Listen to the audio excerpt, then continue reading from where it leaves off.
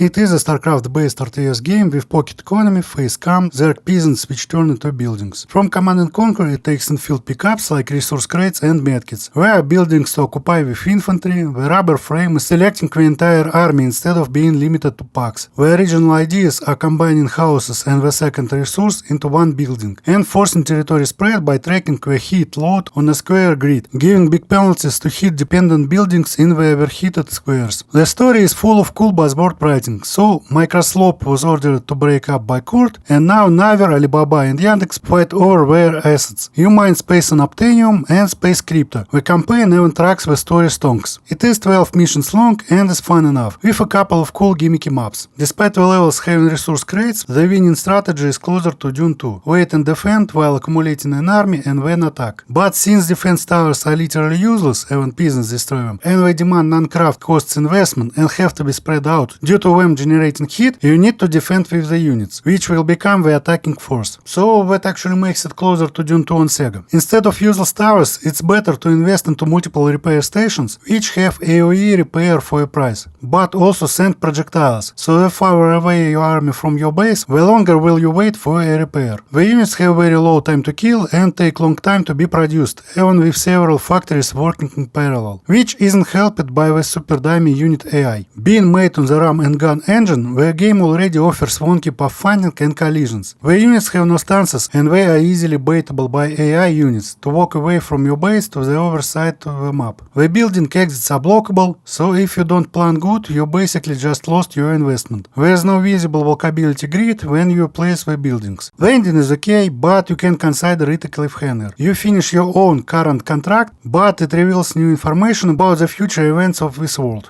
which probably will not be continued. The game comes with very low-res blurry menus. Despite being recent, it really looks 20-30 years older just because of the GUI. And when the GUI is not scalable, it's already too big on Full HD, but if you use 4x3 it will also start overlapping. There is no back button or a hotkey for the menus, no credits button in the menu. With this game being such a small scale production, people are suspicious it was done using AI. But the developer says these all are voices of freelancers, and there is a list of actors in the credits. And I already uploaded the recording of the credits section.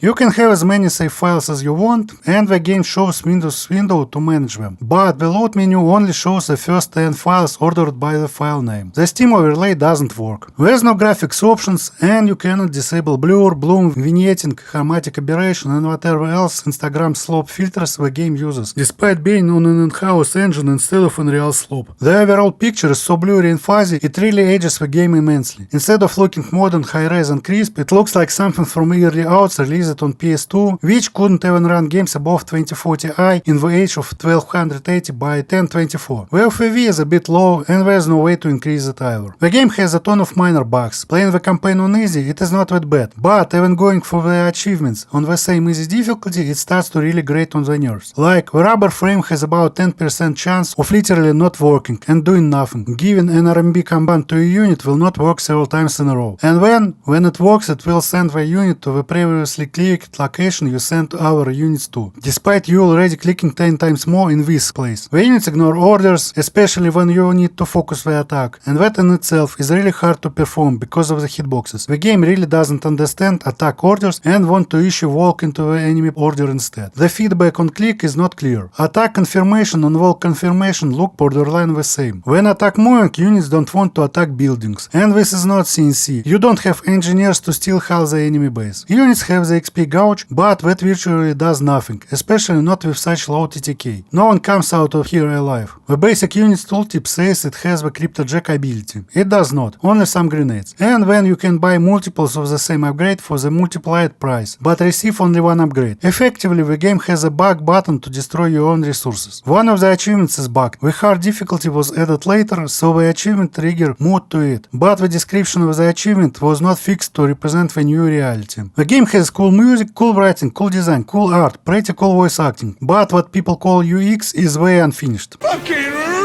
The game really needs a polishing pass. Otherwise, it's a new RTS with several fresh ideas, it has a single player focus, cool setting, full campaign, doesn't overstay its welcome, and especially for that super low price. It could have been so much better. Well then get your shit together! Get it all together and put it in a backpack! All your shit! So it's together! You just gotta get it together. Get your shit together.